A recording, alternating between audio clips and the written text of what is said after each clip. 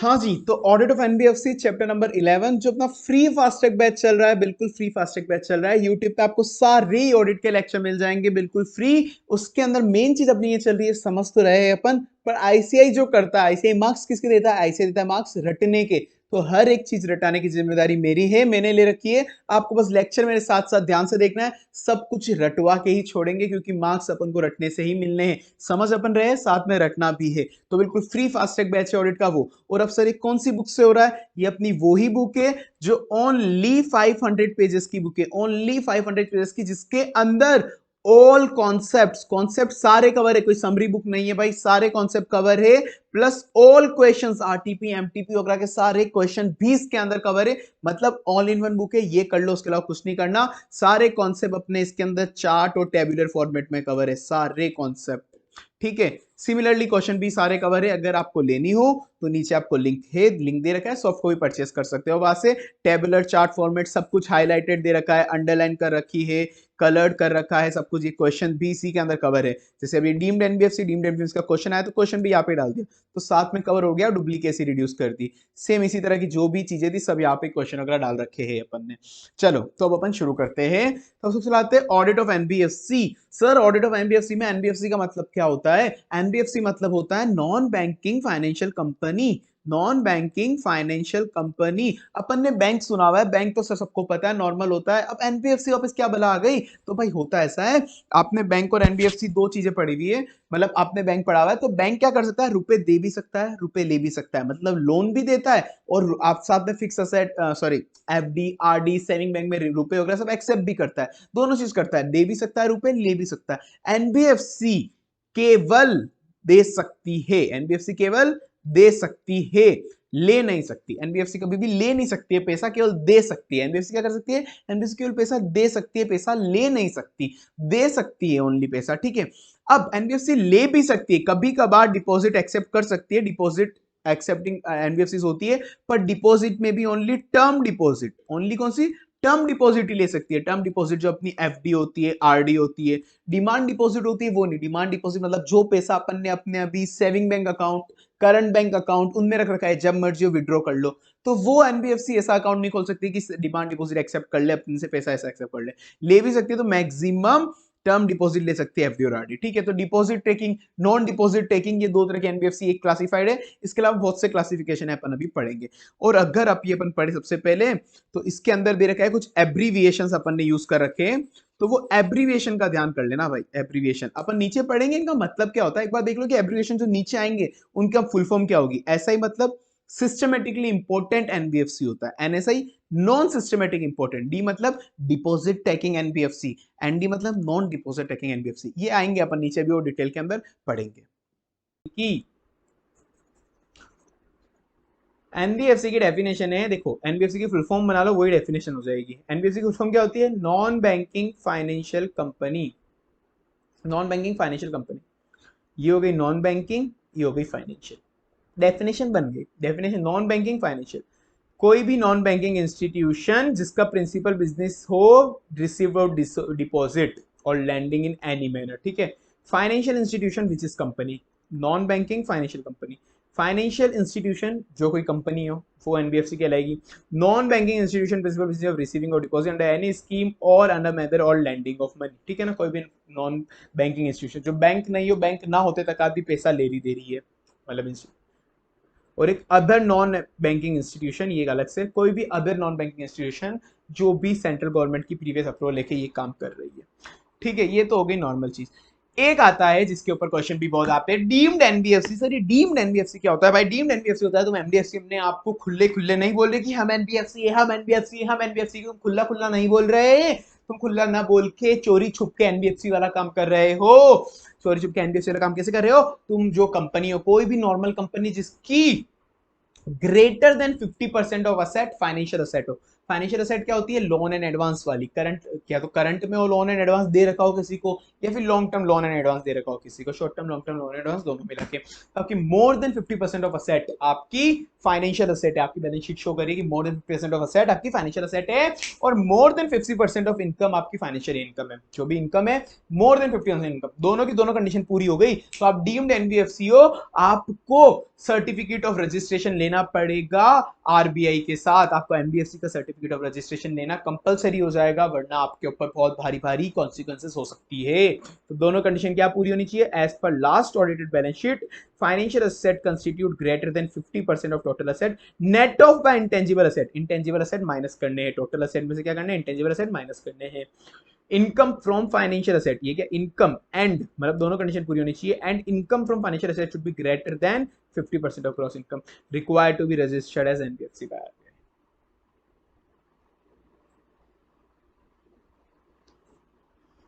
Registration and regulation by NBFC. Registration regulation कौन सा? Under section 45 आईए। अंडर सेक्शन 45 आईए हर एनबीएफसी को, जो भी एनबीएफसी का धंधा करना चाहती है उसको एनबीएफसी पहले आपको रजिस्ट्रेशन कराना कंपलसरी है। आप बिना रजिस्ट्रेशन करे एनबीएफसी का धंधा नहीं कर सकते। So obtain registration certificate of registration, और उसका नेट ऑन फंड 2 करोड़ का तो होना ही चाहिए, कम से कम 2 करोड़ का नेट ऑन फंड तो होना चाहिए। कितना होना चाहिए net on fund? Net on fund की कुछ कैलकुलेशन होती है, equity share plus preference share, वो कुछ कोर्स के अंदर नहीं दे रखी, बिना फालतू क्यों घुसे अपन, ठीक है ना। तो नेट ऑन फॉर कम से कम 2 करोड़ का होना ही चाहिए, पहले 25 लाख का था, ठीक है। तो एक तो सर्टिफिकेट ऑफ रजिस्ट्रेशन लेना कंपलसरी है, नेट ऑन फंड 2 करोड़ का होना चाहिए। जिसको भी रजिस्ट्रेशन लेना है वो आरबीआई को सबमिट कर दो कुछ document along with SS fees वगैरह, और तो आरबीआई इशू कर देगी डायरेक्शन एनबीएफसी के लिए कि कौन एक्सेप्ट कर सकती है, डिपॉजिट प्रूडेंशियल नॉर्म क्या होने चाहिए, फलान ढीकरा चीजें। कोई भी अगर नॉन कंप्लायंस मिलेगा तो ऑडिटर रिपोर्ट करेगा। किस किस को रिपोर्ट करेगा ऑडिटर? इसके अंदर जनरली ऑडिटर किसको रिपोर्ट करता है? जनरली शेयर होल्डर को रिपोर्ट करता है। यहाँ पे अंदर एनबीएफसी के अंदर 3 जनों को रिपोर्ट करेगा, RBI, board of director, share holder. हर बार तो शेयर होल्डर को करता है, नॉर्मल कंपनी के अंदर रिपोर्ट किसको करते हैं? शेयर होल्डर को करते हैं ना। पर इसके अंदर एनबीएफसी के अंदर शेयर होल्डर, आरबीआई और बोर्ड ऑफ डायरेक्टर 3 रिपोर्ट जाती है इसको। RBI, board of director, share holder 3 जनों को रिपोर्टिंग जाएगी। ओके तो अब एग्जेम्पशन फ्रॉम रजिस्ट्रेशन मैंने बता दिया, जिसको भी एनबीएफसी का धंधा करना है उनको रजिस्ट्रेशन लेना पड़ेगा आरबीआई से। पर कुछ कुछ डुअल रजिस्ट्रेशन को एलिमिनेट करने के लिए एग्जेम्पशन दे रखी है रजिस्ट्रेशन से, क्या बिना एग्जेम्पशन भी आप धंधा कर पाओगे एनबीएफसी का, टू ऑब्विएट द डुअल रजिस्ट्रेशन। क्योंकि ये लोग जो होते हैं उन्होंने एक जगह रजिस्ट्रेशन ऑलरेडी ले चुका है, अब 10-10 जनों की रजिस्ट्रेशन लेके कंप्लायंस करना मुश्किल हो जाता है।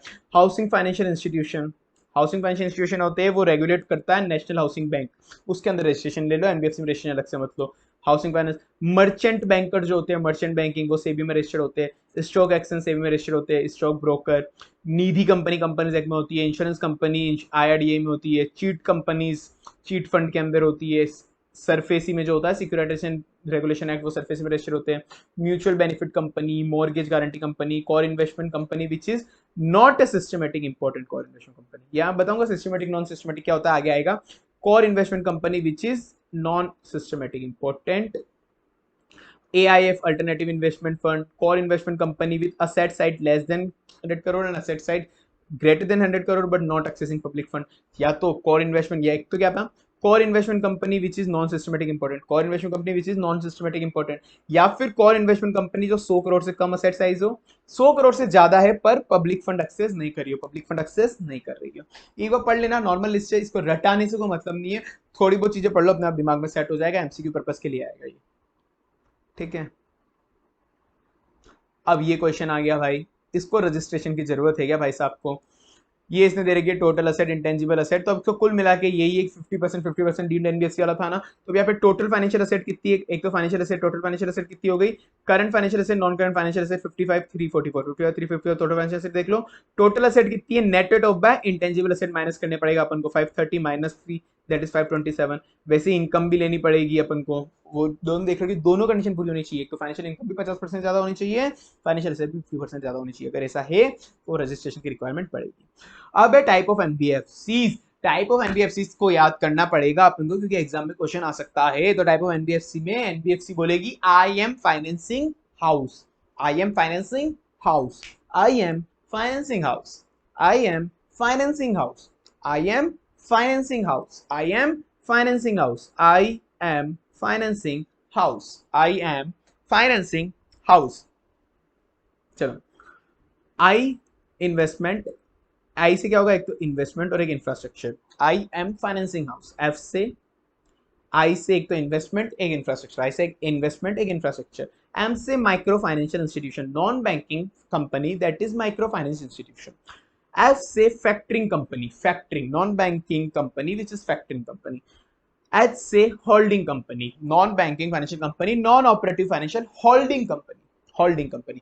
आई एम फाइनेंसिंग हाउस, आई से इन्वेस्टमेंट इंफ्रास्ट्रक्चर, एम से माइक्रो फाइनेंस, एफ से फाइनेंसिंग फैक्टरिंग कंपनी, एच से होल्डिंग कंपनी। ठीक है, अब इन्वेस्टमेंट कंपनी में इन्वेस्टमेंट एंड क्रेडिट कंपनी, तो इन्वेस्टमेंट में दो होंगे, इंफ्रास्ट्रक्चर में दो होंगे। इन्वेस्टमेंट में दो कौन कौन से होंगे,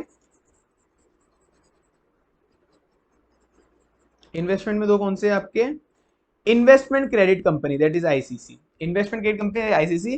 उसके बाद core investment company non deposit systematic important, core investment company systematic important non deposit, CIC NDSI, CIC NDSI. Core investment बताऊंगा नीचे क्या क्या होता है। कोर इन्वेस्टमेंट कंपनी जो नॉन डिपॉजिट और सिस्टमैटिक इंपॉर्टेंट हो, कोर इन्वेस्टमेंट कंपनी जो नॉन डिपॉजिट और जो सिस्टमैटिक इंपॉर्टेंट हो। इंफ्रास्ट्रक्चर फाइनेंस कंपनी जो इंफ्रास्ट्रक्चर फाइनेंस करती है, और एक infrastructure debt fund non banking financial company, infrastructure debt fund, infrastructure ये तो क्या था, क्या, और इंफ्रास्ट्रक्चर, ये infrastructure debt fund. Investment and credit company, core investment company which is systematically important, फिर infrastructure finance, infrastructure debt fund, micro finance, factoring, holding company. अब इसका मैं तुमको ब्रीफ एक्सप्लेनेशन देता हूं कौन सी क्या क्या होती है। पुरानी मॉड्यूल में आईसीआई में दे रखा था कि इनका ब्रीफ एक्सप्लेनेशन, पर न्यू एसएम के अंदर इन्होंने नहीं दे रखी है ये सारी चीजों का भी में। उन्होंने बोल रखा है कि एडवांस अकाउंट्स या अकाउंट्स के अंदर हमने एक बार आपको एपीसी में पढ़ा रखी है, तो आप वहां पे जाके रेफर कर लो। ठीक है ना, तो वहां पे कौन रेफर करेगा भाई, तो मैं तुमको यहाँ पे एक बार ब्रीफ में मैंने डाल दिया है, बहुत ब्रीफ डाला है, वो एक बार देख लो। इन्वेस्टमेंट क्रेडिट कंपनी होती है जो असेट फाइनेंस करती है, एनबीएफसी जिसका मेन प्रिंसिपल बिजनेस क्या है, असेट फाइनेंसिंग का, असेट फाइनेंसिंग कंपनी।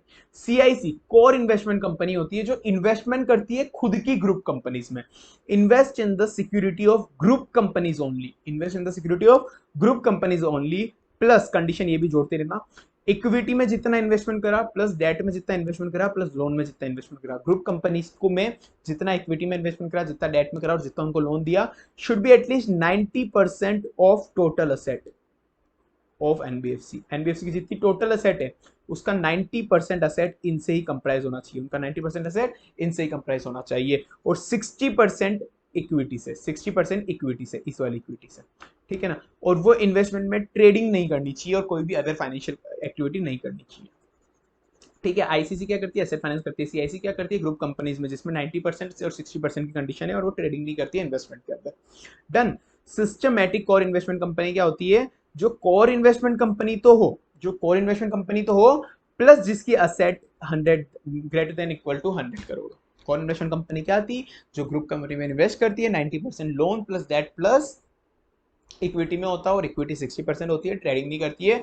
और जो सीआईसी होती है प्लस असेट 100 करोड़ या 100 करोड़ से ज्यादा होता है, वो systematic important core investment company होती है। माइक्रो फाइनेंस क्या होती है, जो लोअर इनकम के पर्सन को फाइनेंस करती है, जिनकी इनकम कम होती है। नीचे एक क्राइटेरिया बताऊंगा, 1 लाख 1,60,000 ऐसा कुछ क्राइटेरिया है, वो मैं बताऊंगा तुमको।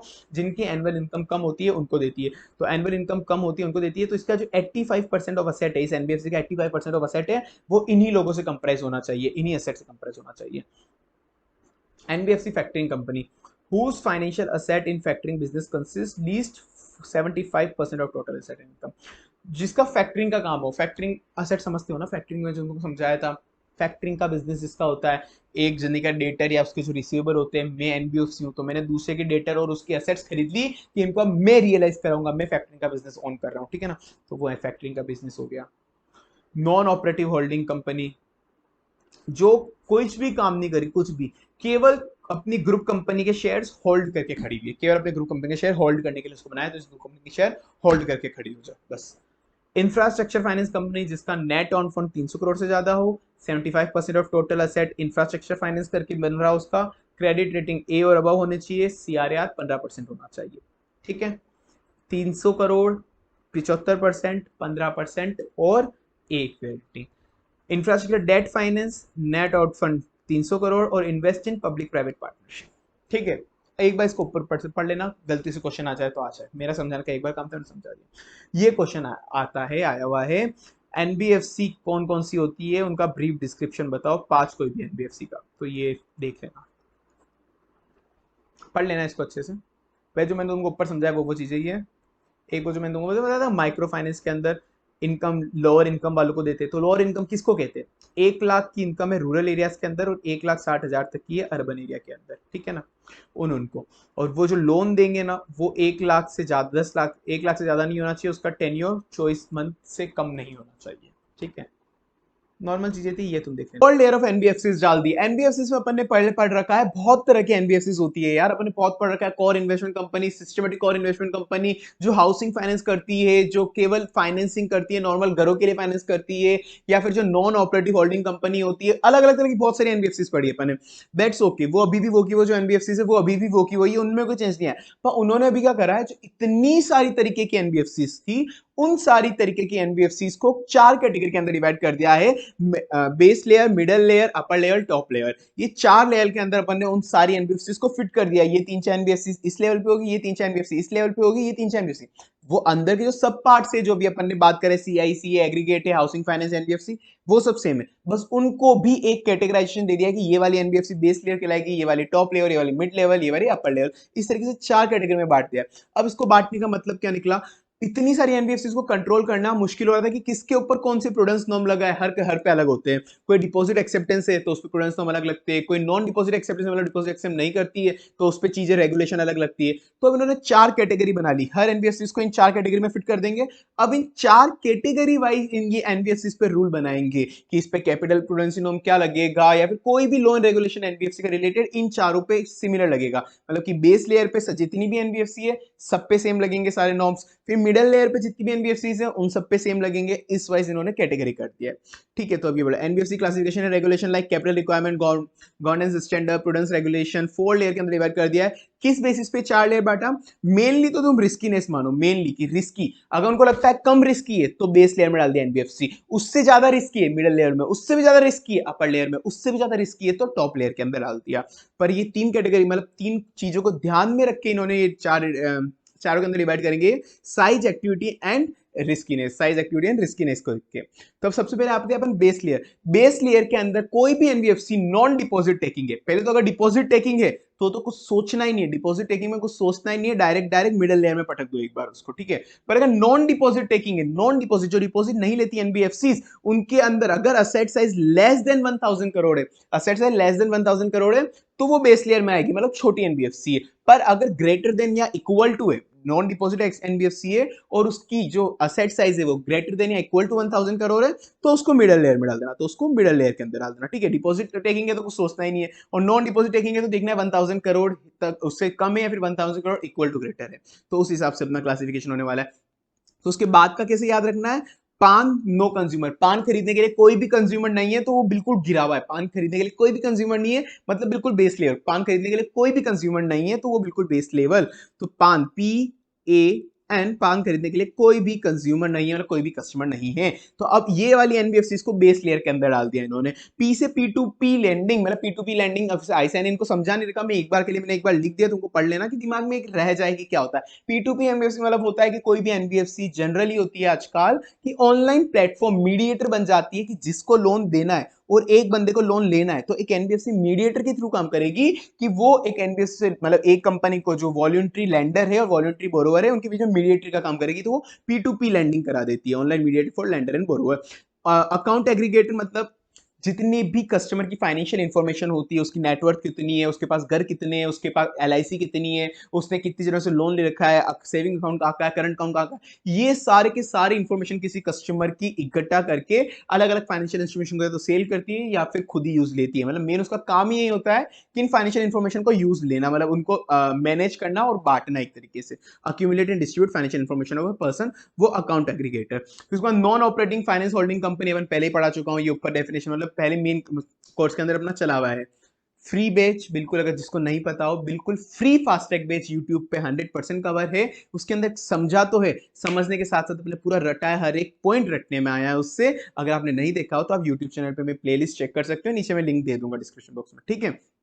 So NBFC not availing public fund नहीं ले रखा एनबीएफसी ने, एज वेल एज कोई भी कस्टमर इंटरफेस नहीं है, कस्टमर से वो बिल्कुल इंटरफेस नहीं करती है, तो भी उसको बेस लेयर में डाल देंगे। कम रिस्क है, छोटी है, साइज भी कम है, ये सब चीजें देख के।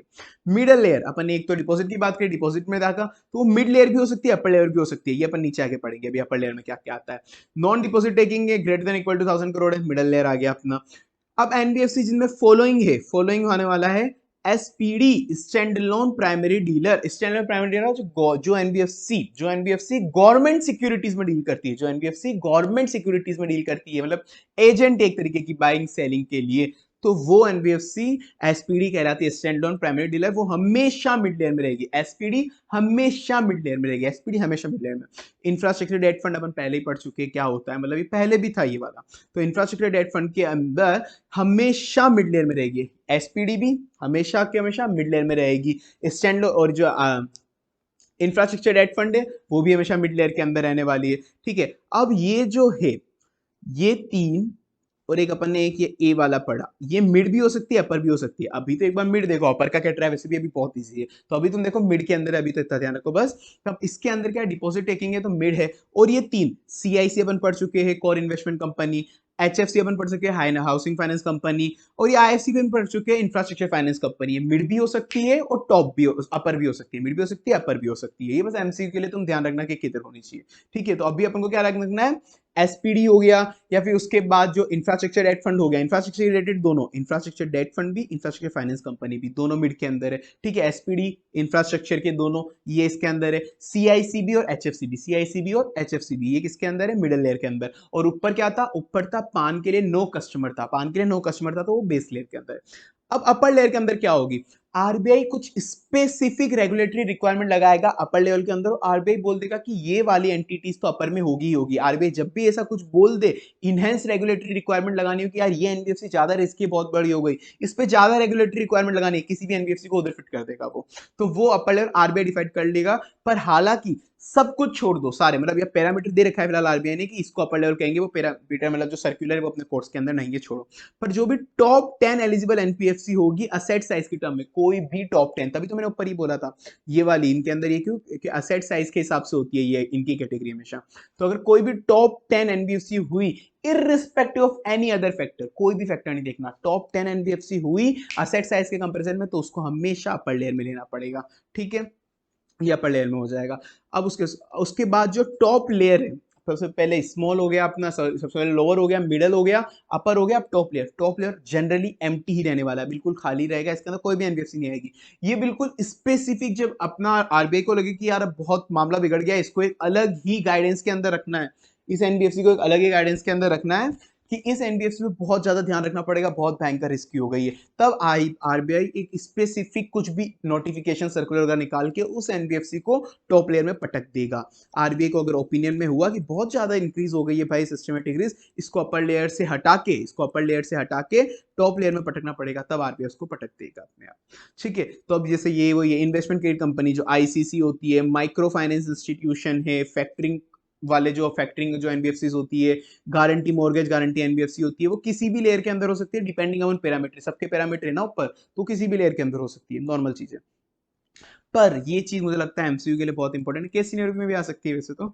Government owned NBFC shall be place in a base layer और middle layer, they will not be place in upper layer या फिर उसके ऊपर तक, अभी तक उसको अपन बिल्कुल भी प्लेस नहीं कर सकते। जो भी गवर्नमेंट ऑन एनबीएफसी है वो सोचते हैं गवर्नमेंट ऑन है तो बहुत ज्यादा सेफ सिक्योर रहेगी, उनका ऐसा मानना है। अब हालांकि पता नहीं, तो वो बेस लेयर या फिर मिडल लेयर तक ही उसको रिस्ट्रिक्ट कर देंगे, उससे ज्यादा उसको अपन अपर लेयर पे नहीं लेने वाले हैं, जो भी गवर्नमेंट ऑन एनबीएफसी होने वाली है, ठीक है। अब ये इंपॉर्टेंट क्वेश्चन मुझे लगता है आज तक एग्जाम में आया नहीं, पर मुझे लगता है बहुत इंपॉर्टेंट है, एग्जाम में कैसे नहीं आया, ये तो आना ही चाहिए। डिफरेंस क्या होता है बैंक और एनबीएफसी के अंदर, वैसे तो मैं तुमको ऊपर सब कुछ समझा चुका हूँ, जो मेन डिफरेंस होता है डिपॉजिट वाला मैं समझा चुका हूँ, पर उसके अलावा कुछ छोटे छोटे डिफरेंस और होते हैं। डिमांड डिपॉजिट जो मैंने बताया था, डिमांड डिपॉजिट एनबीएफसी नहीं एक्सेप्ट कर सकता, पर कुछ एनबीएफसी टर्म डिपॉजिट एक्सेप्ट कर सकती है, एफडीआरडी जो मैंने तुमको बताया। बैंक डिमांड डिपॉजिट एक्सेप्ट कर सकता है, चेक एनबीएफसी चेक इशू नहीं कर सकता है, नो, बट बैंक इशू कर सकता है। डीआईसीजीसी डिपॉजिट इंश्योरेंस फैसिलिटी, समझते हो क्या होता है, जब भी तुम अपना पैसा किसी बैंक में जमा कराते हो तो कुछ हद तक उसकी एक गारंटी होती है जो आरबीआई गारंटी देता है, और एक डिपॉजिट इंश्योरेंस फैसिलिटी भी होती है कि अगर तुम्हारा पैसा बैंक डूबी तो तुम्हारा पैसा आरबीआई तुमको देगा।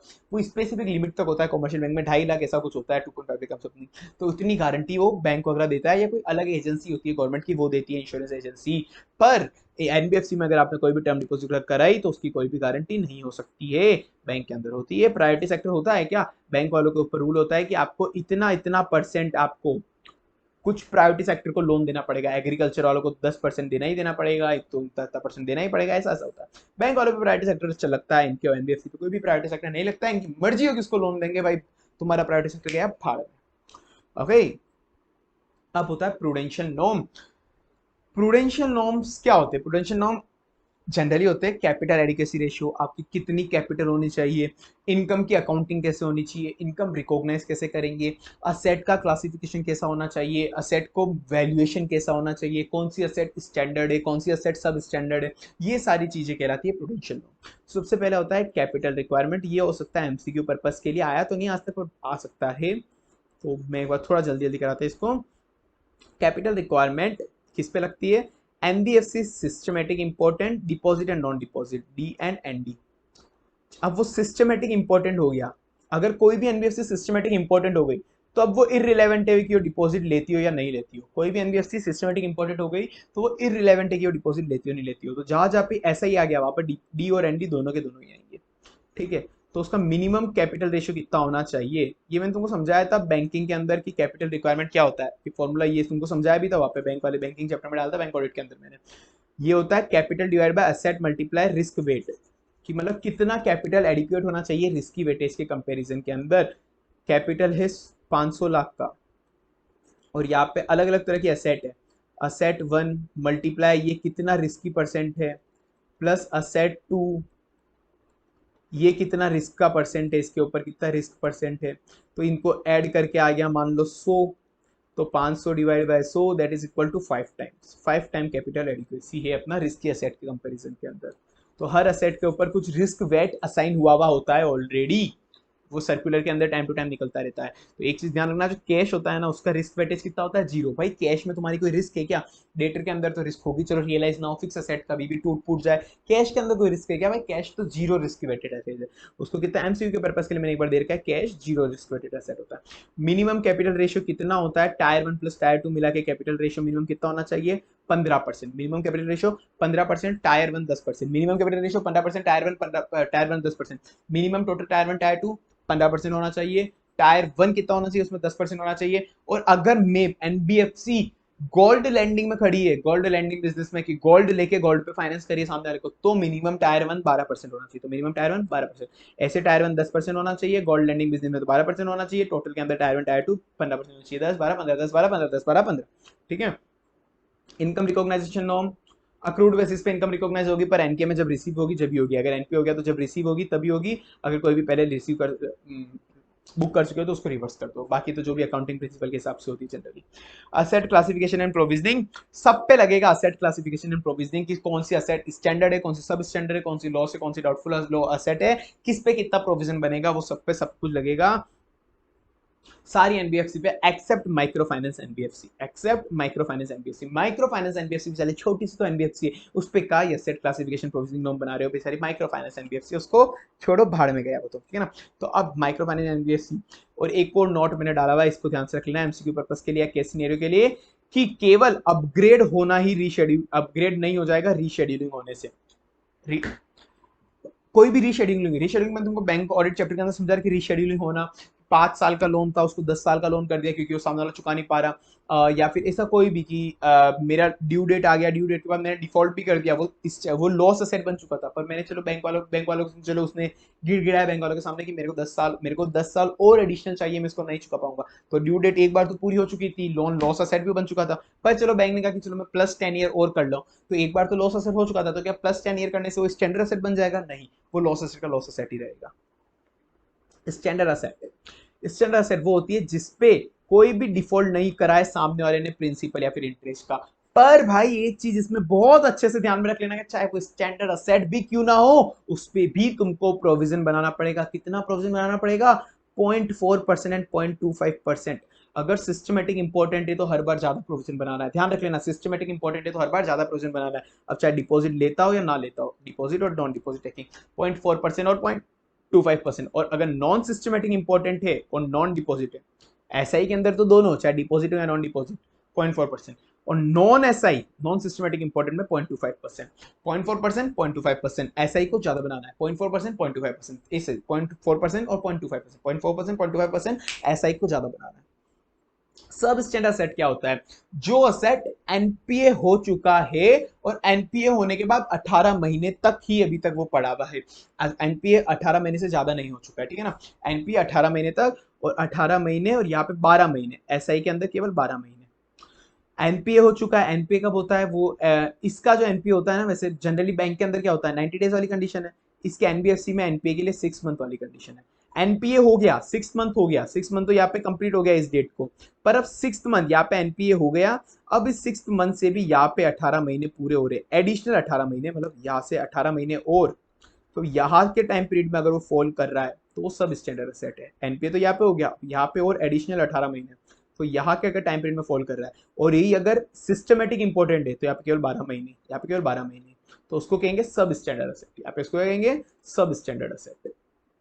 सब स्टैंडर्ड सेट पे कितना बनाना है? 10% of total outstanding, 10% of total outstanding आपको प्रोविजन बना के चलना है। लाइक बैड डेट वाला प्रोविजन नहीं होता क्या, bad debt provision for doubtful debt, उस तरह की प्रोविजन नहीं है। 0.4%, 0.25% स्टैंडर्ड पे भी बनाना है और सब स्टैंडर्ड पे 10% बनाना है। डाउटफुल एसेट क्या होता है? जो ऊपर 18 महीने और 12 महीने बताया था वो उससे भी एग्जिट हो गया, 18 महीने से एग्जिट हो गया, 12 महीने से एग्जिट हो गया, तो वो अगर वो अनसिक्योर्ड है, पहले क्या था स्टैंडर्ड, सब स्टैंडर्ड, अब आ गया डाउटफुल। डाउटफुल अगर अनसिक्योर्ड है तो 100% प्रोविजन बना दो, सिक्योर्ड है तो ये तुम देख लेना 20%, 30% और 50%, एक साल तक है, मतलब असेट डाउटफुल पड़ा है, एक साल तक डाउटफुल पड़ा है।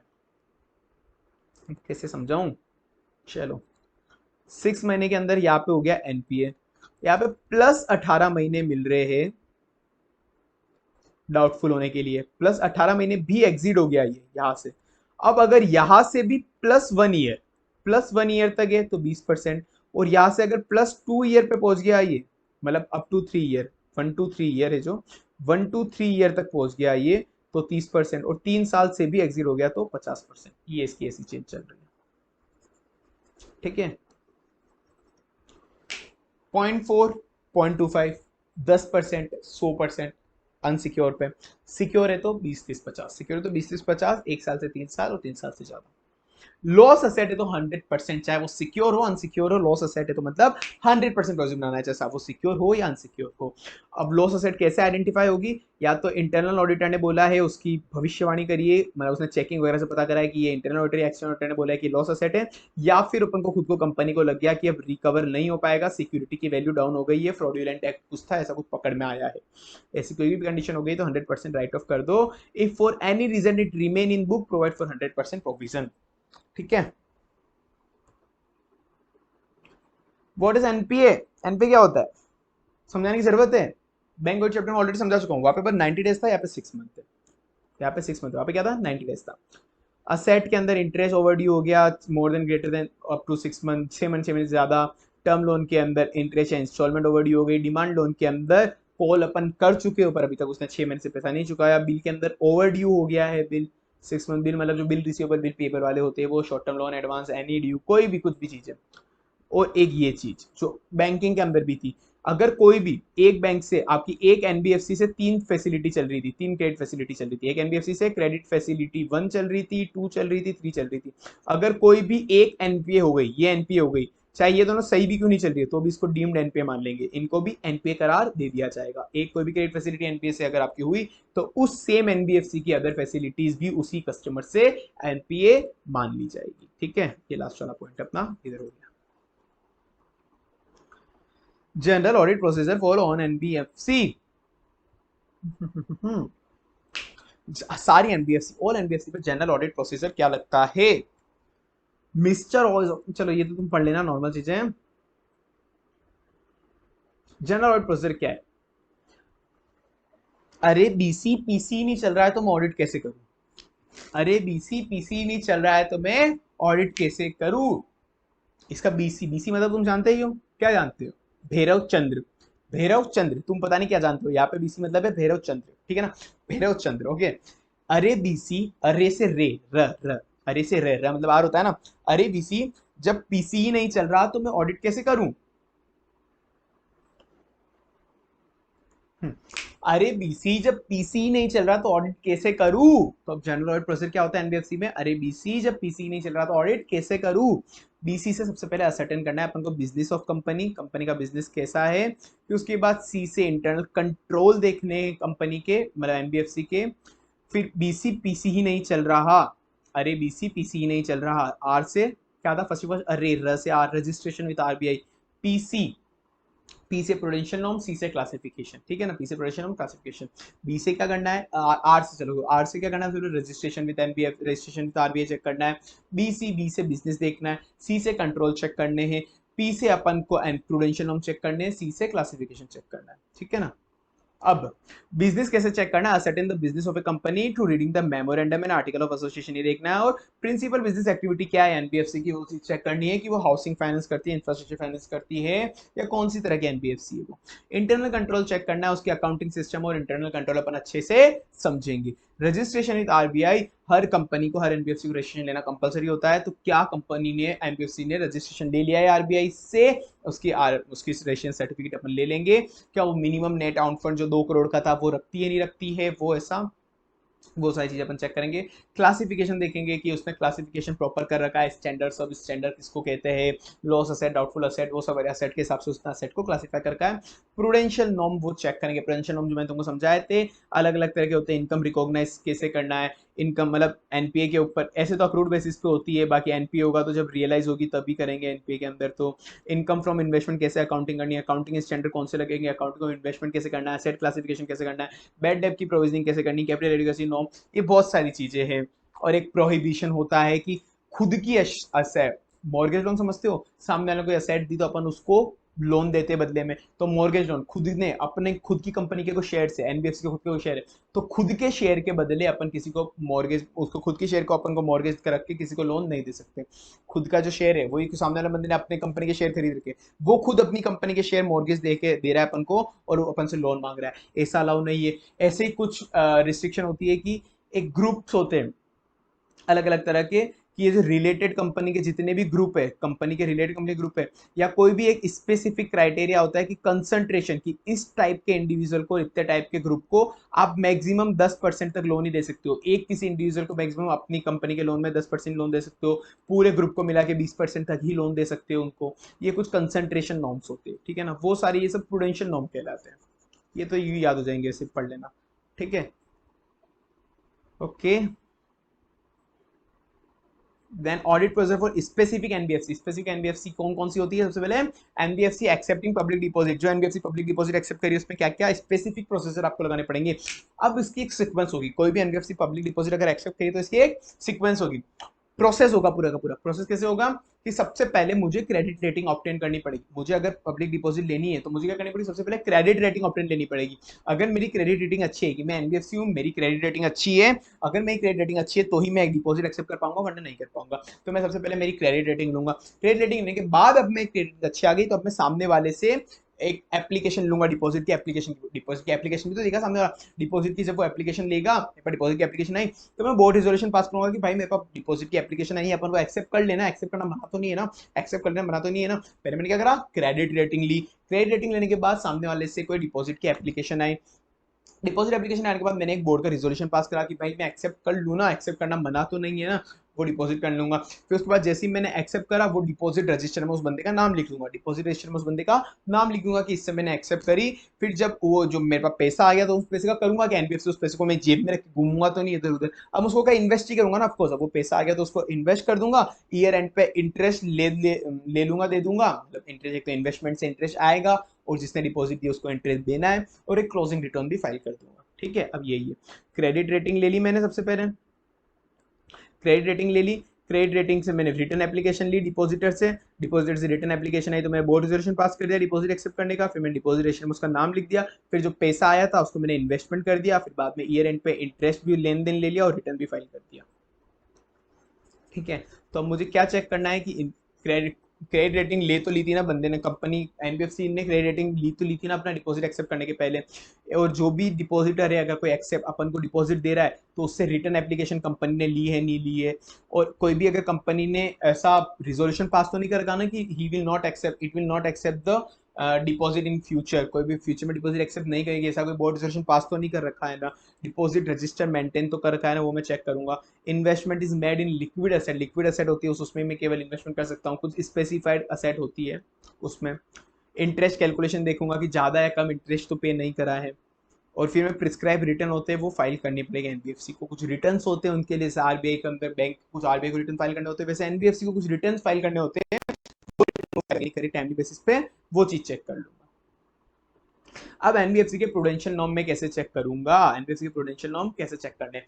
एनबीएफसी के प्रूडेंशियल नॉर्म सबसे पहले check the compliance with prudential norm, check the compliance with prudential norm. Prudential norm कैसे चेक करने, कंप्लायंस चेक करूंगा प्रूडेंशियल नॉर्म की। प्रूडेंशियल नॉर्म क्या होते हैं वो मैं तुमको पहले ही समझा चुका हूं, income recognition, income from investment accounting standard, accounting from investment, asset classification, ये सारी चीजें। तो अब सबसे पहले क्या करूंगा, मेरे को अगर एनबीएफसी प्रूडेंशियल नॉर्म चेक करने हैं तो सबसे पहले मैं चेक करूंगा कंप्लायंस प्रूडेंशियल नॉर्म की। प्रूडेंशियल नॉर्म की कंप्लायंस चेक करूंगा, देखूंगा कि कंपनी कंप्लाई कर रही है ना प्रूडेंशियल नॉर्म, प्रूडेंशियल नॉर्म की कंप्लायंस चेक करूंगा कि वो कंप्लाई कर रही है ना प्रूडेंशियल नॉर्म, कंप्लायंस चेक करूंगा कि वो कंप्लाई कर रही है ना प्रूडेंशियल नॉर्म, कंप्लायंस चेक करूंगा कि वो कंप्लाई कर रही है ना प्रूडेंशियल नॉर्म, कंप्लायंस चेक करूंगा कि वो कंप्लायंस चेक कर रही है ना प्रूडेंशियल नॉर्म।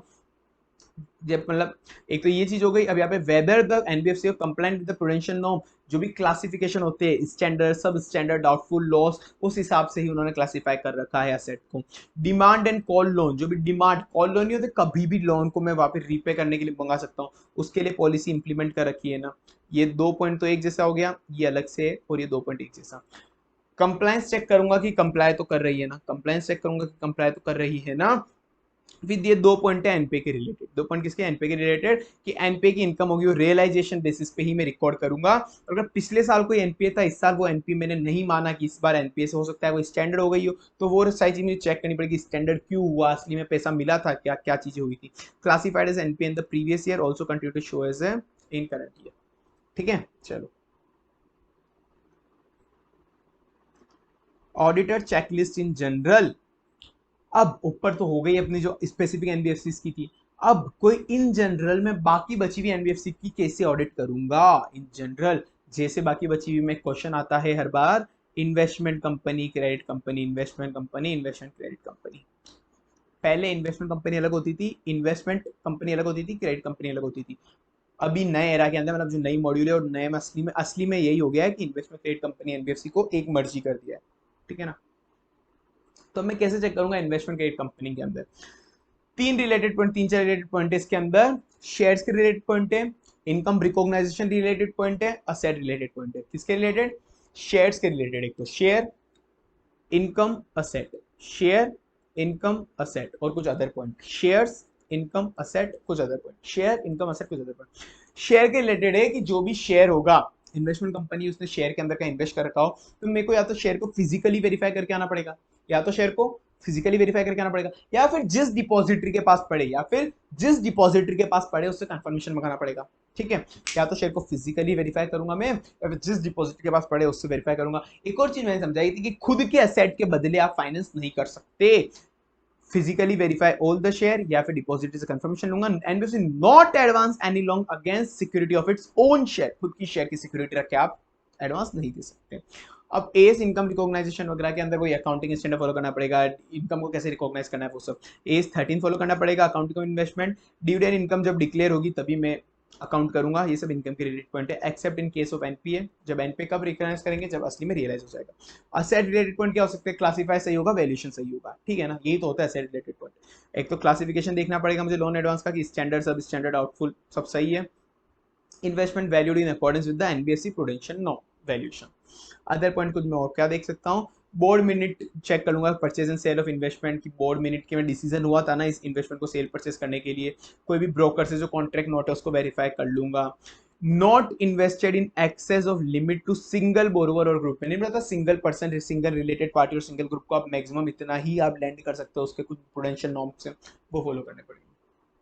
ठीक है, अब एक classification of fraud bye NBFC, NBFC में कौन कौन से क्लासिफाई करके फ्रॉड, सबसे पहले तो एसए 240 के अंदर दो फ्रॉड थे। क्या दो फ्रॉड थे? फ्रॉडलेंट फाइनेंशियल रिपोर्टिंग और एक मिस अप्रोप्रिएशन ऑफ असेट। वैसे दो इधर डाल दो, एक तो मिस अप्रोप्रिएशन और एक फ्रॉडुलेंट। फ्रॉडुलेंट फाइनेंशियल रिपोर्टिंग में manipulation of books of accounts, वही हो गया fraudulent manipulation books of account. एक मिस अप्रोप्रिएशन, एक fraudulent mis manipulation of books. पूरा अगर इसको यहाँ पे पढ़े अपन तो misappropriation and criminal breach of trust और fraudulent encashment through forge instrument. कोई भी फॉर्ज इंस्ट्रूमेंट था, फ्रॉड चेक था, उससे अपन ने फ्रॉडुलेंट इनकैशमेंट करा लिया, बुक्स को अकाउंट्स को मैनिपुलेट कर दिया, फिक्टिशियस एंट्री वगैरह पास कर दी, उस टाइप की चीजें हैं। और एक है सीसीजीएफ। क्या है? चमन चोमू जीएफ। चमन चोमू जीएफ, उसको जीएफ को बोले अगर तू ऐसी चमन चोमू हरकतें करेगी तो कभी भी फ्रॉड हो जाएगा। क्या बोले जीएफ को? चमन चोमू हरकतें करेगी तो कभी भी फ्रॉड हो जाएगा।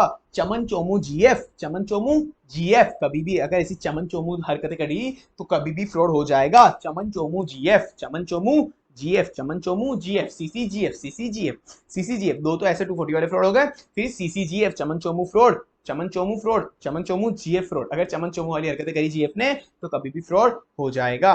चमन चोमू, सी से कैश शॉर्टेज, सी से cheating and forgery. Cash shortage भी हो सकता है, चीटिंग एंड फोर्जरी, या फिर ऐसे याद कर लो कि चीटिंग करी किसी बंदे ने इसलिए कैश शॉर्टेज हो गया, चीटिंग करी इसलिए कैश शॉर्टेज हो गया।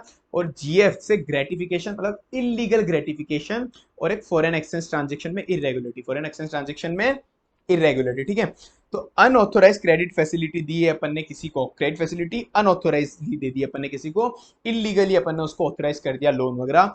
या फिर नेग्लिजेंस करा अपन ने जिसकी वजह से कैश शॉर्टेज हो गया, या फिर कोई चीटिंग फोर्जरी हुई, वो ऐसा कुछ हो गया तो ये फ्रॉड है। इरेगुलरिटी है कोई भी फॉरेन एक्सचेंज ट्रांजेक्शन। ठीक है, बाकी any other type of fraud. अब ये भी इंपॉर्टेंट है बहुत, नेग्लिजेंस एंड कैश शॉर्टेज, ये जो है ना नेग्लिजेंस कैश शॉर्टेज, और एक इरेगुलरिटी इन फॉरेन ट्रांजेक्शन। क्या है? Irregularity in foreign transaction. ये तब ही रिपोर्ट करने हैं जब intention to cheat defraud prove हो जाए। ये कब रिपोर्ट करने हैं? जब कैश शॉर्टेज, ठीक है, कैश शॉर्टेज और एक फॉरेन ट्रांजेक्शन में इरेगुलरिटी, कैश शॉर्टेज और फॉरेन ट्रांजेक्शन में इरेगुलरिटी तभी अपन को रिपोर्ट करने हैं जब अपना प्रूव हो जाए कि सामने वाले ने ये जानबूझ के करा था, चीटिंग और डिफ्रॉड करने के लिए जानबूझ के करा था, ये प्रूव हो जाए। बट डीम्ड प्रूव मान लेंगे, डीम्ड प्रूव मान लेंगे मतलब अपन को रिपोर्ट करना पड़ेगा जब शॉर्टेज कितना आया हो कैश में, 10,000 से ज्यादा, या फिर 5,000 से ज्यादा, या तो 10,000 से ज्यादा या फिर 5,000 से ज्यादा आया हो, जब मैनेजमेंट, ऑडिटर या फिर इंस्पेक्टिंग ऑफिसर ने जब छानबीन करी तब पता पड़ा कैश शॉर्टेज है। एक तो क्या था, कैश का ऑफिसर खुद बंदा संभाल रहा था जो कैश की पोजीशन, उसने रिपोर्ट नहीं करा, उसको पहले से पता था कैश शॉर्टेज है, उसने रिपोर्ट नहीं करा। पर जब मैनेजमेंट जब चेक कर रहा था, ऑडिटर चेक कर रखा था, या कोई इंस्पेक्टिंग ऑफिसर है वो चेक कर रखा था, तब पता पड़ा कि कैश का शॉर्टेज 5,000 से ज्यादा है, तो अपन को रिपोर्ट करना पड़ेगा उसको। And not reported on the occurrence of person handling case, जो हैंडल कर रहा है केस उसने रिपोर्ट नहीं करा था। इस केस के अंदर तो 5,000, अदरवाइज अगर पर्सन खुद हैंडल कर रहा है उसने रिपोर्ट करा तब क्या हो गया? 10,000।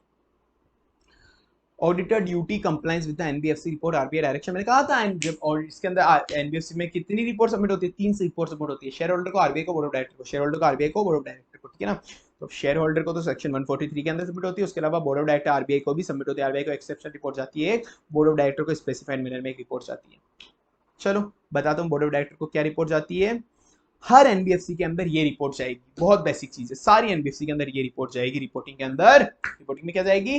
क्या बैंक क्या सर्टिफिकेट ऑफ रजिस्ट्रेशन आरबीआई से ले लिया था, क्या वो अभी भी एलिजिबल है उसको होल्ड करने के लिए? क्या सर्टिफिकेट ऑफ रजिस्ट्रेशन ले लिया था, क्या अभी भी एलिजिबल है क्या उसको होल्ड करने के लिए? Whether the company is obtained certificate of registration is entitled to hold certificate registration, क्या ले लिया था और अभी भी एलिजिबल है क्या होल्ड करने के लिए? क्या ले लिया था और अभी भी एलिजिबल है क्या होल्ड करने के लिए? Whether the company is obtained certificate, और अभी भी इंटाइटल्ड है क्या उसको होल्ड करने के लिए? Whether the company is obtained certificate of registration, और अभी भी इंटाइटल्ड है क्या उसको होल्ड करने के लिए? और नेट आउट फंड की रिक्वायरमेंट पूरी हो रही है क्या? क्या सर्टिफिकेट ले लिया था और अभी भी इंटाइटल्ड है क्या उसको होल्ड करने के लिए, और नेट आउट फंड की रिक्वायरमेंट पूरी हो रही है क्या?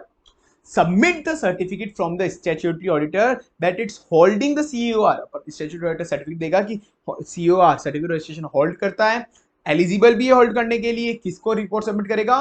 To the regional office of department of non banking NBFC, regional office of department of non banking supervision, department of non banking supervision, department of non banking supervision को वो submit करेगा, department of non banking supervision, department of non banking supervision को submit करेगा। ठीक है, कब submit करेगा? Within 1 month of date of finalisation of balance sheet. Balance sheet finalise होने के विद इन 1 मंथ में, या फिर 30 दिसंबर लास्ट डेट है, 30 दिसंबर लास्ट डेट है, within 1 month of finalisation of balance sheet, but 30 दिसंबर लास्ट डेट है। अब एनबीएफसी जो पब्लिक डिपॉजिट होल्ड एक्सेप्ट कर रही है उसके अंदर क्या क्या एक्स्ट्रा रिपोर्टिंग होगी, extra reporting apart from the matter enumerated in A, जो अपन ऊपर पढ़े, उसके अलावा एक्स्ट्रा रिपोर्टिंग क्या होगी, उसके अलावा एक्स्ट्रा रिपोर्टिंग होगी भाई साहब, डिपॉजिट ले रही है तू क्या ले रही है, एनबीएफसी डिपॉजिट ले रही है, तो डिपॉजिट लेने की औकात भी है, डिपॉजिट लेने की औकात भी है तेरी, क्या बोलेंगे अपन उसको, डिपॉजिट लेने की औकात भी है तेरी, बोलेंगे हाँ है, तो बोलेंगे तो तूने ली क्या, तो तूने ली क्या, एक्सेस में तो नहीं ले ली, और फिर रीपे करने में डिफॉल्ट तो नहीं कराना, डिपॉजिट लेने की औकात भी है क्या तेरी, वो बोलेगी हाँ है, तो अपन उसको पूछेंगे अच्छा मतलब तूने डिपॉजिट ली है, तो एक्सेस में तो नहीं ली, रीपे करते हो कोई डिफॉल्ट तो नहीं करा, एक्सेस में तो नहीं ली, रीपे करते हो कोई डिफॉल्ट तो नहीं करा, डिपॉजिट लेने की औकात भी है क्या तेरी, एक्सेस में तो नहीं ली, एक्सेस में तो सॉरी डिपॉजिट ली है क्या फिर तूने, एक्सेस में तो नहीं ली, रीपे करते हो डिफॉल्ट तो नहीं करा, ये चीज। चलो, तो डिपॉजिट लेने की औकात भी है क्या तेरी, औकात मतलब उसके जो भी नॉर्म्स होते हैं जो उन्होंने बोले हैं 2 करोड़ 15% CRAR वगैरह ये सब चीजें फुलफिल होनी चाहिए। Accepting a public deposit without minimum investment credit rating, एक तो क्रेडिट रेटिंग एजेंसी से क्रेडिट लेनी पड़ेगी आपको, क्रेडिट रेटिंग एजेंसी तो आपकी औकात बताएगी कि आप डिपॉजिट ले पाते हो नहीं ले पाते हो, तो क्रेडिट रेटिंग एजेंसी से आपने मिनिमम ऐसा तो मतलब अपन को रिपोर्ट करना पड़ेगा कि कभी भी ऐसा तो नहीं है ना कि क्रेडिट रेटिंग से एजेंसी लिए बिना उन्होंने रिपोर्ट डिपॉजिट ले ली हो, ठीक है, तो without minimum investment grade credit rating.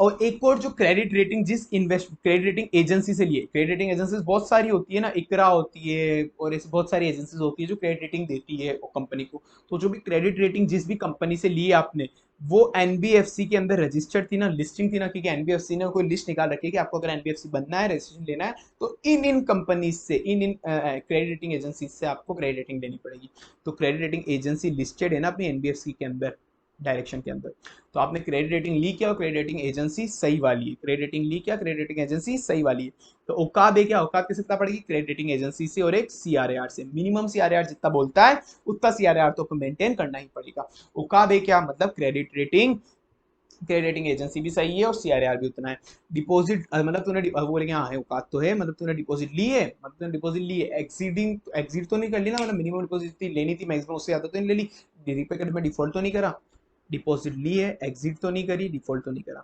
Deposit accepted from public from share holder is with in the limit, कितना लिमिट में, एग्जिट नहीं करी है, एग्जिट नहीं करिए, जितनी भी क्रेडिट रेटिंग एजेंसी दी है ना, क्रेडिट रेटिंग ने बोला एजेंसी ने कि आप इतनी ही एक्सेप्ट कर सकते हो, उससे ज्यादा एग्जिट नहीं करिए, और डिफॉल्ट नहीं करा है रीपे करते टाइम, डिफॉल्ट नहीं करा है इंटरेस्ट या फिर प्रिंसिपल पेमेंट, ठीक है ना।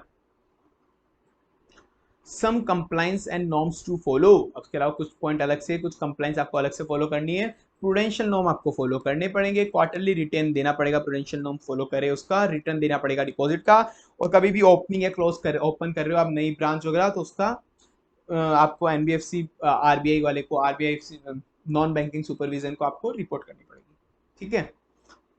फिर NBFC not accepting public deposit, एक तो ऊपर भी में क्या पढ़ा, सबसे पहले फर्स्ट में पढ़ा था अपन ने ए पॉइंट के अंदर सारी एनबीएफसी को क्या क्या रिपोर्टिंग करनी पड़ती है, सेकंड पढ़ा जो पब्लिक डिपॉजिट एक्सेप्ट करते हैं उसको क्या करनी पड़ती है, third NBFC not accepting public deposit, तो एनबीएफसी जो पब्लिक डिपॉजिट एक्सेप्ट नहीं कर रही उसमें अपन देखेंगे कि आपने बोर्ड रिजोल्यूशन कोई पास करा है क्या कि आप एक्सेप्ट नहीं करोगे डिपॉजिट जिंदगी भर, आपने कोई बोर्ड रिजोल्यूशन पास करा है क्या कि आप उस बोर्ड रिजोल्यूशन में बोल रहे हो कि मैं कभी भी कोई भी डिपॉजिट एक्सेप्ट नहीं करूंगी, और अगर आपने सब बोर्ड रिजोल्यूशन पास करा है तो क्या उसके बाद भी आपने कभी डिपॉजिट ले ली है क्या, उसके बाद भी कभी आपने डिपॉजिट ले ली है क्या, क्या आपने रिजोल्यूशन पास करा है for non acceptance of public deposit, और क्या आपने एक्सेप्ट करी है क्या उसके बाद भी कोई भी पब्लिक डिपॉजिट, ये 2 पॉइंट तो बहुत नॉर्मल है। फिर एक प्रूडेंशियल नॉर्म की कंप्लाइंस आपको सब में देखनी ही पड़ेगी, और ये अलग पॉइंट है, ये आप भी तो आप खुद पढ़ लेना ये कि इन रिस्पेक्ट जो systematic NBFC non deposit taking होते हैं उसके अंदर 2 रिक्वायरमेंट और होती है कि मिनिमम सीआरआर इतना होना चाहिए, और जो माइक्रो फाइनेंस होती है उसके अंदर एक कंडीशन और होती है, ठीक है ना, ये अलग से पढ़ लेना, ये लेस इंपॉर्टेंट है, ये तो एग्जाम में है तीनों पॉइंट। चलो नीचे, अगर आप कोई भी क्वालिफाई कर रहे हो रिपोर्ट किसी भी चीज के बारे में तो उसका रीजन पूरा का पूरा देना होगा आपको एज एन ऑडिटर, ठीक है। अब एक्सेप्शन रिपोर्ट क्या होती है, एक एक्सेप्शन रिपोर्ट आपको जब भी देनी पड़ेगी जब एनबीएफसी 50% ऑफ टोटल असेट, मतलब कोई भी company 50% of total asset as well as 50% of income पूरी हो रही है, मतलब उसको डीम्ड एनबीएफसी है तो उसका रजिस्ट्रेशन लेना कंपलसरी हो गया था, पर उसने रजिस्ट्रेशन नहीं लिया तो भी आपको एक्सेप्शन रिपोर्ट आरबीआई को सबमिट करनी पड़ेगी। तो अब एक्सेप्शन रिपोर्ट कब सबमिट करनी है आपको और किसको करनी है? एक्सेप्शन रिपोर्ट सबमिट करनी है अगर कोई भी कॉन्ट्रावेंशन हुआ है chapter 3B of RBI act, chapter 3B of RBI act, NBFC accepting public deposit और NBFC not systematic important non deposit. ठीक है ना, chapter 3B of RBI act, तीनों चीजें याद करनी इंपॉर्टेंट है। चैप्टर 3B ऑफ आरबीआई का कोई कॉन्ट्रावेंशन हुआ या फिर acceptance of public deposit, RBI chapter 3B of RBI act acceptance of public deposit या फिर non deposit non systematic important, non systematic important, acceptance of public deposit और non acceptance of public deposit, non acceptance of public deposit और non acceptance किसका? Non systematic important का, non systematic important. Chapter 3B of RBI act acceptance of public deposit, non deposit non systematic important. Chapter 3B of RBI act public deposit non systematic important. ऐसा ऐसा है, अगर इनका contravention हुआ है तो आपको किसको रिपोर्ट करना पड़ेगा? Non banking supervision of RBI, department of non banking supervision of RBI को। Detail of such unfavourable qualified statement to the concern regional office of department of non banking supervision of RBI. Only report contravention, सिर्फ contravention ही report करनी है, मतलब जो जो कॉन्ट्रावेन करिए चीजें, वो जो कंप्लाई करा है वो रिपोर्ट नहीं करना, ओनली जो कॉन्ट्रावेन करिए वो चीजें रिपोर्ट करनी है। ठीक है, चलो ये चैप्टर फटाफट खत्म कर देते, होने में ही है। अब ये पढ़ लेना, ये क्वेश्चन आया हुआ जो ऊपर मैंने बताया उसी के रिलेटेड। अभी कारो के अंदर भी आप क्या आता है, कारो आपने पढ़ा हुआ है, कारो के अंदर भी एक रिक्वायरमेंट थी, आपने पढ़ा हो तो उसके अंदर नहीं था कि whether the company is required to obtain registration under section 45 IA, तो इसी की तो बात करता है एनबीएफसी वाला, आरबीआई के अंदर रजिस्ट्रेशन लेना है क्या। और एक और था ना कि कंपनी ने क्या during the year loan investment guarantee दी है क्या, वो दोनों आपको पॉइंट पढ़ने, वो दोनों पॉइंट सेम जो मैंने ऊपर पढ़ा, कारो की वीडियो ऑलरेडी डाल रखी है तो आप वो वहां से देख लेना। ठीक है ना, during the year company is made any investment provide guarantee security, कुछ भी ऐसा करा है क्या, तो term and condition are not prejudicial, 90 days से ज्यादा ओवरड्यू नहीं हुए हैं, रीपेबल ऑन डिमांड है तो टर्म एंड कंडीशन प्रीजुडिशियल तो नहीं है ना, वो सारी चीजें। सेक्शन 45 ए के हिसाब से उसको रजिस्ट्रेशन लेना है क्या, अगर लेना है तो क्या उसने वैलिड COR लिया है क्या, और वो CIC कॉर इन्वेस्टमेंट कंपनी का क्राइटेरिया फुलफिल करती है क्या, क्या ग्रुप के अंदर एक से ज्यादा CIC है क्या, वो सारी कंडीशन मैंने ऑलरेडी कारो के अंदर पढ़ा रखी है। अब ये यही देखा है कि ऑडिटर को कारो की में क्या क्या वेरीफाई करना है। Whether the company is required to obtain registration, company को ऑब्टेन रिक्वायर था क्या, ऑब्टेन रजिस्ट्रेशन ऑब्टेन करना, क्या रिक्वायर था क्या, अगर रिक्वायर था तो क्या उसने रजिस्ट्रेशन लिया क्या, whether the company is engage in any business requirement of registration, कोई भी ऐसा, whether the company is required to registration करना है क्या, तो क्या उसने लिया है क्या, ऑप्टेन करा है क्या, रजिस्ट्रेशन चाहिए था क्या और असली में रजिस्ट्रेशन लिया है क्या, रजिस्ट्रेशन चाहिए था क्या और असली में रजिस्ट्रेशन चाहिए था क्या, और कंपनी क्या दूसरे ऐसे कोई बिजनेस में एंगेज है जिसकी वजह से उसको रिक्वायरमेंट ऑफ रजिस्ट्रेशन लग रही है, जैसे वो 50-50 वाला टेस्ट था वो। Audit procedure for reporting, examine the transaction of company, company के ट्रांजेक्शन पर वेरीफाई करने की, कोई फाइनेंशियल असेट और कंस्टिट्यूएंट 50% ऑफ असेट इनकम वाला जो 50-50 वाला टेस्ट है डीम्ड एनबीएफसी, वो तो नहीं लग रहा। नेट ऑन फंड एक्सीड कर रहा है क्या 2 करोड़ वाला। Weather the company is obtain registration, अगर नहीं तो रीजन क्या है वो उसको बताओ। यहाँ पे नॉर्मल चीज है, घुमा फिरा के एक ही जगह पहुंच रहे। ठीक है, इन डेज एप्लीकेबिलिटी, इन डेज कब लगते हैं भाई, एमसीक्यू वाला अच्छा पॉइंट है, एमसीक्यू बहुत बार पूछ सके। अभी अपने एनबीएफसी पे जो 1/4/2018 पे तो कब लगेंगे, 1/4/2018 से लग गए थे 500 करोड़ से ज्यादा अगर नेटवर्क थे तो, और 1/4/2019 पे लग गए थे 250 करोड़, दोनों एमसीक्यू वाले पॉइंट है। 1/4/2018 500 करोड़ के ऊपर नेटवर्क थे तो उस पे एनबीएफसी पे इंडेक्स लगेंगे, और 250 करोड़ के ऊपर है या 250 करोड़ भी है, मतलब 500 के इक्वल और 250 के अबाव 1/4/2019। ठीक है ना, और अगर आपको पता होगा एफआर में पढ़ चुके हो आप लोग, ज्यादा होशियार हो पहले ही मेरे से, कि अगर एक बार किसी कंपनी पे इंडेक्स लग गया तो उसकी ग्रुप कंपनीज पे भी लगेंगे, और अगर बंदा लिस्टेड हो तो उस पे लगेंगे ही लगेंगे, और in the process of listing हो तो भी उस पे लगेंगे ही लगेंगे। ठीक है ना, बस एक बार आपको बता रहा हूँ, वरना तुम एफआर पढ़ के आते हो फर्स्ट पेपर में, फिर उसके बाद जैसे आते आते थर्ड पेपर आता है ऑडिट का, जब तक तो एफआर भूल ही जाते हो, इसलिए एक बार वापस रिवाइज कराना हो, इसलिए मैं यहाँ पे लेके दे रहा हूँ, बार तुमको लिख के दे रहा हूँ, अपन तो है ही गजनी। ठीक है, चलो अच्छा चलो लास्ट ये 2 क्वेश्चन बचे। Difference between schedule 2 and schedule 3, भाई तुमने ये तो पढ़ा ही होगा। शेड्यूल 2 मतलब सॉरी डिवीजन 2, शेड्यूल 3 का डिवीजन 2, इन डेज अदर देन एनबीएफसी, इन डेज जो अदर देन एनबीएफसी का क्या फॉर्मेट है, और एक इन डेज जो एनबीएफसी का है वो अपने कोर्स में नहीं है एफआर के अंदर, तो ये डिवीजन 3। तो दोनों के अंदर डिफरेंस क्या है वो यहाँ पे बहुत बार एग्जाम में आ चुका है भाई, ये क्वेश्चन बहुत बार आ चुका है। तो इसको अपन क्या देंगे डिफरेंस, अपन शुरू करते हैं लिक्विडिटी। फर्स्ट क्या है लिक्विडिटी, एनबीएफसी है उसको बोल रखा है कि आप आपके असेट्स का ऑर्डर लिक्विडिटी के हिसाब से आप प्रेजेंट कर दो। उसके अंदर क्या है अपने को शेड्यूल 3 के अंदर जो अपना डिवीजन 2 है उसके अंदर तो फिक्स है कि पहले नॉन करंट एसेट आएगा, फिर पीपी आएगी, फिर इंटेंजिबल एसेट आएगा, पूरा शेड्यूल फिक्स है उसका। उसके अंदर तो अपना क्या है पूरा का पूरा फॉर्मेट फिक्स है। पर इसके अंदर एनबीएफसी को बोल दिया कि आप लिक्विडिटी बेसिस पे आप आपका आइटम जमा सकते हो, कि जो ज्यादा लिक्विड है उसको पहले जमा दो, जो कम लिक्विड है उसको बाद में रख दो, उस हिसाब से liquidity basis. Second other expenditure का मतलब क्या होता है, अदर एक्सपेंडिचर मतलब एनबीएफसी के अंदर अदर एक्सपेंडिचर क्या होगा, जिसकी other income other expenditure which exceed 1% of total income, उसको सेपरेटली शो करना है। अगर एक्सीड नहीं कर रहे 1% ऑफ टोटल इनकम तो उसको आप अदर इनकम अदर एक्सपेंस में डाल सकते हो, 1% ऑफ टोटल इनकम। बाकी के अंदर क्या क्राइटेरिया होता है 1% और 10 लाख, 1% और 10 लाख। यही अगर आप इंश्योरेंस कंपनी देखोगे, इंश्योरेंस कंपनी में जिनको इंश्योरेंस चैप्टर पढ़ाया हुआ है उसके अंदर 1% और 5 लाख था, ठीक है ना। ये चीजें याद रखना भाई, इंटरलिंकिंग है, मैं तो अभी चैप्टर वाइज पढ़ा रहा हूँ, तुमको तो पूरा एक साथ पढ़ना है, एग्जाम में एक साथ क्वेश्चन आएंगे, ठीक है ना। तो एनबीएफसी के अंदर 1%, नॉर्मल कंपनी में 1% और 10 lakh whichever is higher, 1% और 10 lakh whichever is higher. Other में शो करना पड़ेगा लिक्विडिटी हो गया, अदर एक्सपेंडिचर हो गया, फिर अब एलएलपी रिसीवेबल। जिस भी कंपनी के अंदर सॉरी जिस भी एलएलपी के अंदर अपने डायरेक्टर पार्टनर है, अपनी एनबीएफसी के डायरेक्टर किसी एलएलपी के अंदर पार्टनर है, लिमिटेड लायबिलिटी पार्टनरशिप में कोई पार्टनर है अपने डायरेक्टर अपने आके, तो उससे अगर कोई भी रिसीवेबल है अपना तो उसको सेपरेटली डिस्क्लोज करना है, उससे अपना सेपरेट डिस्क्लोज करना है, ये एनबीएफसी की रिक्वायरमेंट है।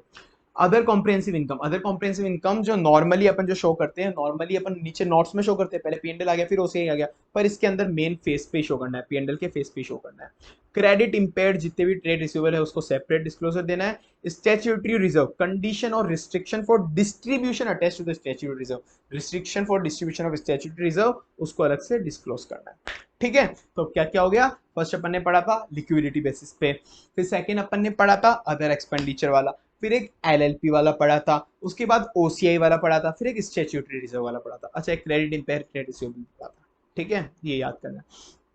अब ये क्वेश्चन आया हुआ है कि भाई पहले बंदे की क्रेडिट रेटिंग A4 थी, अब उसको कट करके डी कर दी, A4 अच्छी थी अब डी कर दी, मतलब क्रेडिट रेटिंग डिक्रीज हो गई, तो अब आप क्या करोगे भाई, डिक्रीज हो गई सबसे पहले हम देखेंगे, क्योंकि जो क्रेडिट रेटिंग के हिसाब से ही आप amount of public deposit accept कर सकते हो। अब आपकी क्रेडिट रेटिंग कम हो गई तो आपको देखना पड़ेगा कि अमाउंट ऑफ पब्लिक डिपॉजिट आपने एक्सेस में तो नहीं ले रखा, वो देखना पड़ेगा। अगर आपने एक्सेस में ले रखा है तो उसको रेगुलराइज करो, रीपे करो। रेगुलराइज कैसे करोगे, एक्सेस जो है वो तो रीपे करो, और जितनी भी नई डिपॉजिट है वो एक्सेप्ट नहीं करनी, नई डिपॉजिट एक्सेप्ट नहीं करनी, और जो एग्जिस्टिंग डिपॉजिट है वो मैच्योरिटी तक यू की यू ही चलेगी, अभी उसके साथ छेड़छाड़ मत करो। नई डिपॉजिट एक्सेप्ट नहीं करनी, एग्जिस्टिंग डिपॉजिट मैच्योरिटी तक बिल्कुल चलेगी चलेगी, और उसको कोई भी डिपॉजिट है उसको रिन्यू नहीं करोगे रिटर्न में जब तक सामने वाला बंदा बोल नहीं दे, रिटर्न में सामने वाला बंदा तब तक बोल नहीं दे। Quantum of public deposit link with the credit rating, तो क्रेडिट रेटिंग लो, क्रेडिट रेटिंग अगर इंक्रीज डिक्रीज हुई तो पब्लिक डिपॉजिट भी उस हिसाब से इंक्रीज डिक्रीज करो। डाउन ग्रेडिंग हुई है तो अपन को एक्सेस डिपॉजिट को स्टॉप एक्सेप्टिंग फ्रेश डिपॉजिट, नई डिपॉजिट नहीं लेनी, एग्जिस्टिंग डिपॉजिट मैच्योरिटी तक चलेगी, एग्जिस्टिंग डिपॉजिट मैच्योरिटी तक चलेगी, और उसको रिन्यू नहीं करना है अनटिल अनलेस उसका एक्सप्रेस वॉलंटरी कंसेंट नहीं आ जाए। और ये जब जैसे ही अपना ये वाला हुआ क्रेडिट रेटिंग कम हुई तो 15 दिन के अंदर अंदर रीजनल ऑफिस ऑफ आरबीआई को बताना ही पड़ेगा कि ऐसा हमारा क्रेडिट रेटिंग डिक्रीज हो चुका है 15 दिन के अंदर। Done, so we are done with this chapter. Okay, I hope याद भी हो गया होगा, समझ में भी आ गया होगा। बहुत ही जल्द अपन नए चैप्टर के साथ अब मिलने वाले हैं, या फिर आप वीडियो देख रहे हो लेट देख रहे हो तो सारे के चार्टर चैप्टर आपको नीचे प्लेलिस्ट में मिल जाएंगे। ओके चलो बाय बाय टाटा सी यू।